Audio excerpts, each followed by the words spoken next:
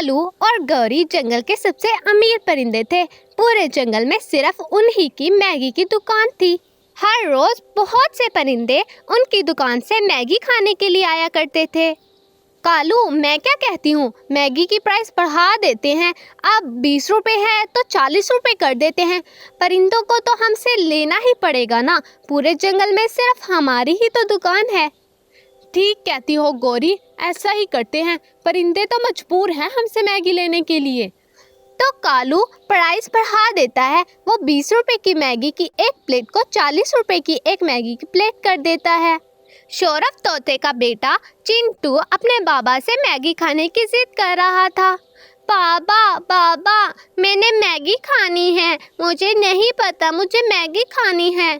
ठीक है मेरे बेटे, मैं तुम्हें अभी मैगी दिलवा देता हूँ। सौरभ तोता अपने बेटे चिंटू को लेकर कौवों की मैगी की दुकान के पास टेबल पर जाकर बैठ जाता है। तभी उसकी नज़र प्राइस बोर्ड पर जाती है। ये क्या, इतनी महंगी मैगी की प्लेट, एक प्लेट वो भी 40 रुपए की, इतनी महंगी। कालू भाई, जरा इधर तो आना। कालू कौवा दुकान से निकलकर सौरभ तोते के पास आता है। हाँ फिर बताओ सौरभ, कितनी प्लेट लगाऊं? कालू भाई, प्लेट तो 2 लेनी थी, लेकिन ये क्या, आपने एक मैगी की प्लेट 40 रुपए की कर दी। डबल प्राइस ले रहे हो तुम। हाँ तो पूरे जंगल में सिर्फ हमारी ही दुकान है मैगी की। अगर हिम्मत है तो कहीं और से जाकर ले लो। पता नहीं कहाँ से मुंह उठा उठा के आ जाते हैं गरीब लोग। अगर 40 रुपए की एक प्लेट लेनी है तो ठीक है, वरना अपना गरीबों जैसा मुंह लो और यहाँ से चले जाओ। चलो चिंटू, वापस घर चलते हैं। मेरे पास इतने पैसे नहीं हैं कि हम दोनों 40-40 रुपए की प्लेट खा सके मैगी की। पापा, मुझे नहीं पता, मुझे तो खानी है मैगी। आप ना खाना, मुझे तो दिलवा दो ना एक प्लेट मैगी। आपने मुझसे वादा किया था। मुझे नहीं पता, मुझे मैगी खानी है, मैगी खानी है। ठीक है कालू भाई, इसके लिए एक मैगी की प्लेट लगा दो। कालू कौवा चिंटू को एक मैगी की प्लेट बनाकर देता है और चिंटू वो पूरी की पूरी मैगी की प्लेट अकेला ही खा जाता है। मैगी खाने के बाद सौरभ अपने चिंटू को लेकर उसको स्कूल छोड़ने के लिए चला जाता है। ये लो बेटा गुड़िया, मैंने तुम्हारे टिफिन में अनाज के दाने रखे हैं, स्कूल में जाकर मजे से खाना। ये क्या मम्मा, आज फिर अनाज के दाने? सारे बच्चे इतने मजे मजे के खाने लेकर आते हैं और आप मुझे हर रोज अनाज के दाने दे देती हैं। क्या मेरा दिल नहीं करता मैं मैगी खाऊं, बर्गर खाऊं, समोसे खाऊं? आप वो तो मुझे कभी भी नहीं देती।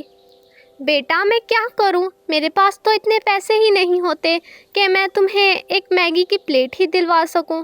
ठीक है मम्मा, मुझे पता है आपके पास पैसे नहीं होते, लेकिन मैं भी तो अच्छा खाने का हक रखती हूँ ना। चलो बेटा, कल मैं तुम्हें पक्का मैगी की एक प्लेट लाकर दूंगी। आज तो तुम अनाज के दाने ही लेकर चली जाओ ना। चिंटी इतना कहती है, अपना बैग उठाती है और स्कूल की तरफ रवाना हो जाती है। जब ब्रेक होती है, सब परिंदों के बच्चे अपना अपना लंच बॉक्स लेकर पार्क में आकर बैठ जाते हैं। ये देखो कुकू, ये गरीब गुड़िया भी आई है। इसके पास तो आज भी टिफिन में अनाज के दाने ही हैं और मेरे पास देखो, मेरे बाबा ने मुझे मैगी डाल कर दी है। पूरे जंगल में सिर्फ हमारी ही मैगी की दुकान है। सब परिंदों के बच्चों के पास बहुत अच्छा अच्छा खाना था। कुकू के पास तो बर्गर और भी बहुत सारी चीजें थी। गुड़िया की आंखों में आंसू थे, लेकिन वो मुस्कुराते हुए वहां से चली जाती है। गुड़िया एक तरफ टेबल पर बैठकर अपना खाना खाती है, दूसरी तरफ रानो चिड़िया भी काम की तलाश में कौवों की दुकान पर जाती है। कालू भाई, गौरी बहन, क्या आप लोगों की दुकान पर मुझे कोई काम मिलेगा? हाँ रानो, काम तो बहुत है, लेकिन अभी के लिए तुम जाकर बर्तन धो दो। मैं तुम्हें इस काम के 2 सिक्के दिया करूँगी। ठीक है गौरी बहन, कुछ ना मिलने से 2 सिक्के मिलना ही ठीक है। रानो चिड़िया बर्तन धो ही रही थी कि उसके हाथ से एक प्लेट छूटती है और नीचे गिरकर टूट जाती है। गौरी कौवी आवाज सुनकर फौरन से रानो चिड़िया के पास आती है और टूटी हुई प्लेट देखकर रानो चिड़िया को बहुत मारती है। कालू कौवा भी गौरी कौवी के पीछे आता है। बस करो गौरी, और कितना मारोगी उसे, एक प्लेट ही तो टूटी है। अच्छा, एक प्लेट ही टूटी है? पूरा का पूरा सेट खराब कर दिया है इसने मेरा, इसको तो मैं नहीं छोड़ूंगी। गौरी बहन प्लीज मुझे माफ कर दो, अगली दफा कभी भी ऐसा नहीं होगा। चलो ठीक है, वैसे भी आज के लिए मैंने तुम्हें बहुत मार लिया और मैं तुम्हें आज के 2 सिक्के भी नहीं दूंगी। कल आराम से टाइम पर आ जाना और एक भी बर्तन टूटा ना, फिर तो तुम्हारी खैर नहीं। बच के रहना रानो। रानो अपने घर चली जाती है। तब तक गुड़िया भी स्कूल से वापस आ गई थी। मम्मा, आपको पता है चिंटू ने मेरा बहुत मजाक उड़ाया। उसने कोको के साथ मिलकर मेरे खाने की बहुत इंसल्ट की। मम्मा, मैं कल से ये वाला खाना नहीं लेकर जाया करूँगी, बल्कि मैं कल से खाना ही नहीं लेकर जाया करूँगी। बेटा, मुझे माफ़ कर दो। मैं कोशिश कर तो रही हूँ तुम्हारे लिए अच्छा कुछ करने की, पर मेरी कोशिश हमेशा ही नाकाम हो जाती है। कोई बात नहीं मम्मा। अगले दिन रानो चिड़िया फिर से गौरी कवि के पास काम के लिए जा ही रही थी कि उसे आवाज़ आती है, कोई तो मेरी मदद करो, कोई तो मेरी जड़ों को थोड़ा सा पानी दे दो, मैं सूख कर मर जाऊंगा। जब रानो चिड़िया ये आवाज़ सुनती है तो वो घास के पास जाती है और उसके ऊपर पानी डालना शुरू कर देती है। शुक्रिया रानो, तुम्हारा बहुत बहुत शुक्रिया, तुमने मेरी मदद की है। अब तुम जब घर जाओगी तो तुम्हारे लिए एक बहुत बड़ा इनाम होगा। रानो चिड़िया गौरी कवि के पास काम के लिए चली जाती है। आज फिर रानो चिड़िया ने बहुत अच्छे बर्तन धोए थे। वाह रानो, आज तो तूने एक भी बर्तन नहीं तोड़ा। लगता है कल की मार का असर हो गया है। जी गौरी बहन, वो तो मुझसे गलती से टूट गई थी ना। वैसे क्या मैं आपसे कुछ मांग सकती हूँ? क्या ही मांगोगी गरीब चिड़िया, बोलो क्या चाहिए तुम्हें? क्या आप मेरी बेटी के लिए एक मैगी की प्लेट दे सकती हैं? वाह रे महारानी, एक दिन काम करती है, एक दिन प्लेट तोड़ती है और तीसरे दिन आ जाती है मैगी की प्लेट मांगने। ओ गरीब चिड़िया, वो एक मैगी की प्लेट तेरे 20 दिन की कमाई जितनी है। हाँ गौरी बहन, मैंने प्राइस बोर्ड पढ़ा था। मैं पक्का 20 दिन के लिए काम करूँगी यहाँ पर। बस आप मुझे एक मैगी की प्लेट दे दो ना मेरी बेटी के लिए।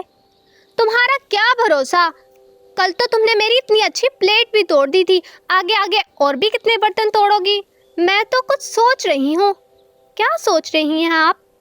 तुम जॉब से निकल जाओ, बल्कि कल से तुम्हें आने की कोई ज़रूरत नहीं है। पर मैंने क्या किया है? तुमने कुछ भी नहीं किया। मैं कह रही हूँ निकल जाओ जॉब से। पर मेरी आज की कमाई के 2 सिक्के तो दे देना। अच्छा जी, महारानी का अपने एक एक अन्ने का हिसाब है, लेकिन जो कल मेरी प्लेट तोड़ी उसका हिसाब कौन देगा? वो इतनी महंगी प्लेट थी, तुम्हें आज के लिए भी कोई पैसे नहीं मिलेंगे। रानो चिड़िया इतना सुनती है और उदास होकर वापस से अपने घर आ जाती है। मम्मा, ये देखें, हमारा घर कितना खूबसूरत लग रहा है। और ये देखें, इतने बड़े बक्से में इतने सारे सोने के सिक्के हैं। ये कहाँ से आए? रानो, ये तुम्हारा इनाम है। कौन सा इनाम? मैंने ऐसा क्या किया है जिसके लिए मुझे इनाम मिले? रानो, क्या तुम भूल गई? तुमने सुबह उस सब्ज़े की मदद नहीं की थी? ये वही इनाम है जो उस घास ने तुम्हें देने का वादा किया था। रानो चिड़िया बहुत खुश थी। अब उसके गरीबी के दिन खत्म हो चुके थे। दूसरी तरफ कालू कौवा और गौरी कवि की दुकान पर कोई ग्राहक नहीं आता, क्योंकि कालू और गौरी ने इतनी महंगी मैगी की प्लेट कर दी थी कि कोई भी परिंदा उसे अफोर्ड नहीं कर पा रहा था। कालू, हमारी दुकान पर तो कोई आ ही नहीं रहा, हम किसको मैगी बेचेंगे? ये हमारी लालच की सज़ा है गौरी, हमें खुद ही भुगतनी होगी।